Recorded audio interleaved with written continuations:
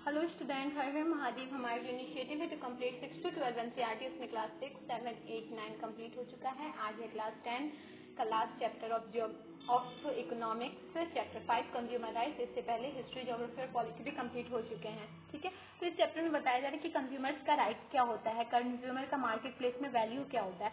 तो अगर पता चलता होगा कि प्रोड्यूसर और कंज्यूमर दोनों ना मार्केट में बहुत अच्छी तरीके से पार्टिसिपेट करते हैं, तो ना इससे इस चैप्टर में हम तो ये डिस्कस करेंगे कि किस हिसाब से प्रोटेक्शन किया जा सकता है वर्कर का, अनऑर्गेनाइज सेक्टर का, और फिर हाई इंटरेस्ट रेट जो लिया जाता है मनी लेंडर्स के द्वारा इनफॉर्मल सेक्टर में, उसके बारे में। ठीक है, कुछ रूल रेगुलेशन के बारे में भी पढ़ेंगे। जैसे कि मनी लेंडर क्या करते हैं, बहुत सारे इनफॉर्मल सेक्टर से ना बहुत ज़्यादा लोन लेते हैं ब्लाइंडली, तो उसके बारे में भी इसमें बताया जाएगा। जो एक्सप्लॉयटेशन होता है ना मार्केट में, वो वेरियस वेज में एक्सप्लॉयटेशन होता है। ठीक है, for example, sometimes traders indulge in unfair trade practice such as when shopkeeper pay less than what they when traders and charge mentioned before। तो ना क्या होता है, कभी कभी जो सामान गलत तोला जाता है उसमें भी कंज्यूमर का कभी कभी गलत चीज दिया जाता है। ठीक है, गलत सामान बेचा जाता है जो अच्छा नहीं होता है, वो भी कंज्यूमर के लिए सही नहीं है। तो इसके लिए ना कंज्यूमर बहुत ज़्यादा परेशान होते हैं और कंज्यूमर ना उस चीज़ को लेके वो आवाज़ उठाते। तो उनके लिए कुछ ऐसा रूल रेगुलेशन होना चाहिए कि उनके खिलाफ, अगर उनके खिलाफ गलत किया जा रहा है, मतलब कंज्यूमर के साथ गलत किया जा रहा है, उनको गलत काम तोल के दिया जा रहा है, गलत सामान दिया जा रहा है, एक्सपायरी डेट वाला दिया जा रहा है, तो उसको कैसे उस चीज़ को लड़ना होगा, उसके बारे में है। तो कंज्यूमर मूवमेंट स्टार्ट हुआ उसके लिए। ठीक है, इस डिससेटिस्फैक्शन के हिसाब से ना कंज्यूमर अपना जो अनफेयर प्रैक्टिस होता है उनके साथ सेलर के द्वारा, उसके लिए ना वो अपना कंज्यूमर मूवमेंट स्टार्ट किए। ठीक है, तो ना इसमें क्या था कि मार्केट प्लेस पे जो एक्सप्लॉइट किया जा रहा था उनके खिलाफ ये चीज स्टार्ट हुआ। ठीक है, तो ना इसमें इंडिया के हिसाब से क्या क्या हुआ था, मतलब इंडिया के तौर पे क्या हुआ था, राइट टू सेफ्टी लाया गया था। ठीक है, राइट टू सेफ्टी लाया गया था इंडिया में।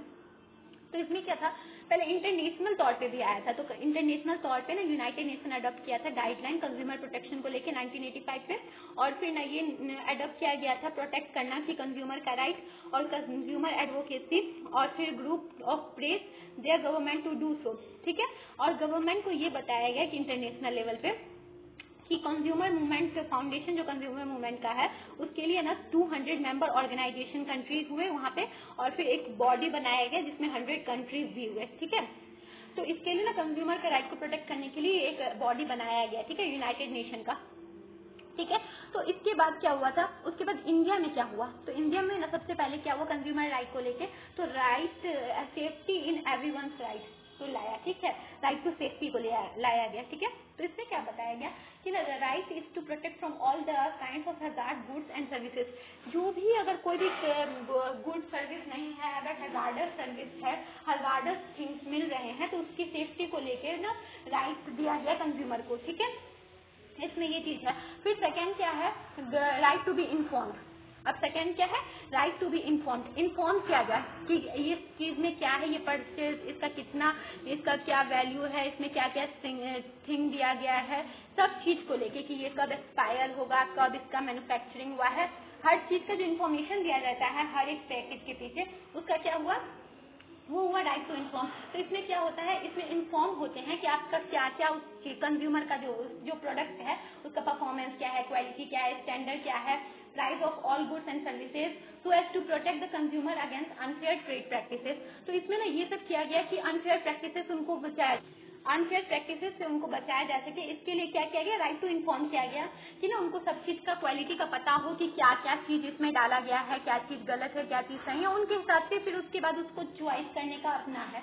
ठीक है, फिर उसके बाद आया राइट टू चूज। ठीक है, अब राइट टू चूज में ना अगर कोई भी ऐसा नहीं है कि कोई भी सेलर आपको चाहे तो आपको ना ये फोर्सफुली बोल सके कि ना आपको यही चीज ले लेना चाहिए, ये चीज, तो ये गलत है, क्योंकि राइट टू चूज कंज्यूमर का एक अपना राइट है। ठीक है, तो उसमें ना उनको ये है, उनका अधिकार है कि वैरायटी ऑफ गुड और सर्विस को वो देखे, कम्पिटिट करे प्राइस को लेके कि किसका प्राइस कम है, किसका प्राइस ज्यादा है, उसको क्या अच्छा लग रहा है, क्या खराब लग रहा है। ये कंज्यूमर पे पूरी तरीके से डिपेंडेंट है कि उनको क्या लेना है। ठीक है, सिंपल तरीके से राइट टू चॉइस उनका है, कोई भी उन पे थोप नहीं सकता कि आप यही ले लो। ठीक है, राइट टू बी हेयर्ड। अब देखो राइट टू बी हेयर्ड क्या है, कि ना उनका thought the right to be heard and to be assured that consumer interest will be receive due to consideration. तो इसमें यह है कि जो भी कंज्यूमर का बात है ना अस्योर किया जाए, इंटरेस्ट जो है उसको रिसीव किया जाए और कंसिडरेशन उसका बताया जाए। मतलब कि अगर जैसे कंज्यूमर राइट को लेके अगर जाया जाता है, कंज्यूमर फॉर्म भरता है तो उसको सुना जाए, ठीक है। तो इस चीज को लेके है right to redressal, the right to seek redressal against unfair trade practice or whenever consumer rights have been infringed। तो right to redressal का भी उनको अधिकार है कि अगर उनके साथ कुछ गलत हो रहा है तो वो क्या करे कि वो जा सकते हैं कंज्यूमर कोर्ट में, फिर उसके बाद वहाँ पे बोल सकते हैं कि मेरे साथ गलत किया गया है ट्रेडर के द्वारा या फिर जो जिसके द्वारा भी किया गया वो बोल सकते हैं, फिर अपने कंज्यूमर राइट को वो ले सकते हैं, ठीक है। अनफेयर ट्रेड प्रैक्टिसेस भी होता है कभी कभी, ठीक है। The complain can be make consumer forum, और ये कंप्लेन कब किया जाता है अनफेयर ट्रेड प्रैक्टिसेस के लिए, जब ना कंज्यूमर किसी भी जाके कंज्यूमर फोरम पे जाके कंप्लेन करते हैं अनफेयर ट्रेड प्रैक्टिसेस के खिलाफ, ठीक है। अनफेयर ट्रेड प्रैक्टिसेस अगर उनके साथ हो रहा है तो वो क्या कर सकते हैं, उनके लिए एक कंप्लेन फोरम है, तो वहां जाके वो कंप्लेन कर सकते हैं कंज्यूमर, ठीक है।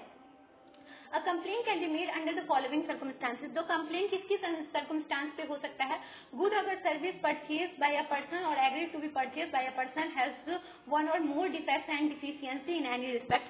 अगर किसी भी गुड और गुड्स पे ना मतलब कि एक से ज्यादा प्रॉब्लम दिख रहा है तो ना उसके लिए क्या हो सकता है कि ना उसको फिर थिंग को रिटर्न करना पड़ेगा, उसके लिए वो ना एबल है कि वो बोल सकते हैं कि ये मेरे साथ गलत किया गया है तो आप इस चीज को ठीक करवाए, ठीक है।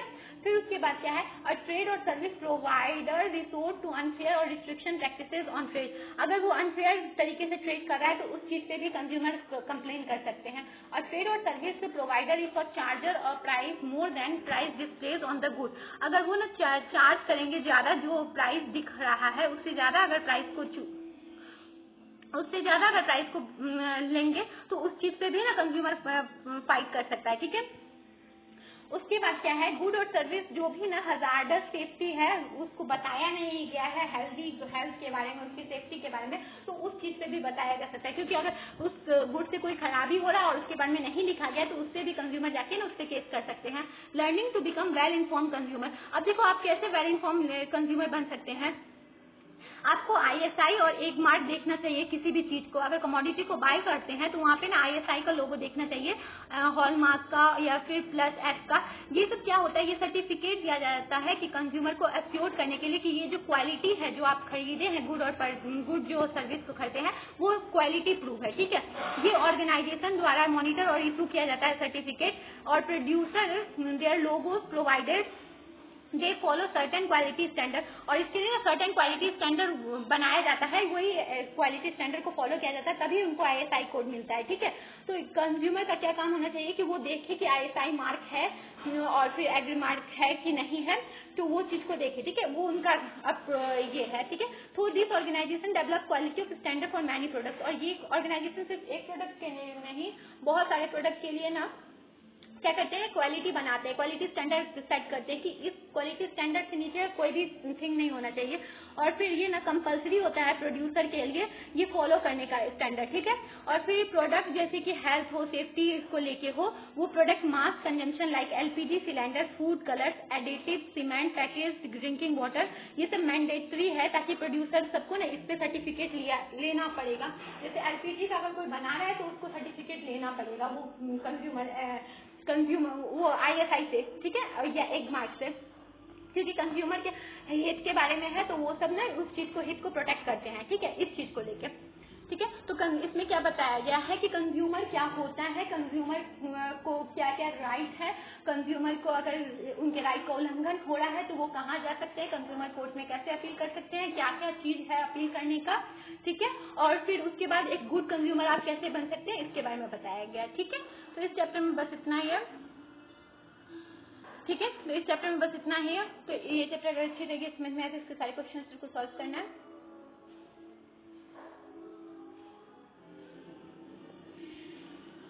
अगर कोई भी डाउट हो तो आप कमेंट में पूछ सकते हैं। I hope you understand. Thank you.